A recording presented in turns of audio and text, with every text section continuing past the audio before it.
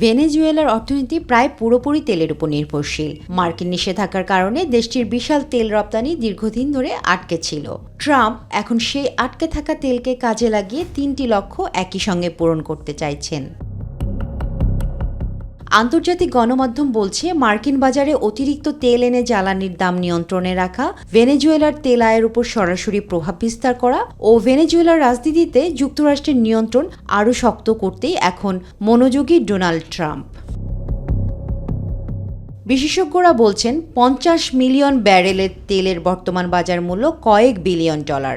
এই অর্থ যদি সত্যি যুক্তরাষ্ট্রের নিয়ন্ত্রণে থাকে, তাহলে ভেনেজুয়েলার জন্য এটি হবে বড় ধরনের সার্বভৌমত্বের ক্ষতি। অর্থাৎ তেল ভেনেজুয়েলার, কিন্তু আয় নিয়ন্ত্রণ করবে যুক্তরাষ্ট্র। আর মার্কিনীদের জন্য এটি কৌশলগতভাবে খুব গুরুত্বপূর্ণ, কারণ এটি দেশটিকে আরও বেশি শক্তিশালী জ্বালানি খেলোয়াড়ে পরিণত করে।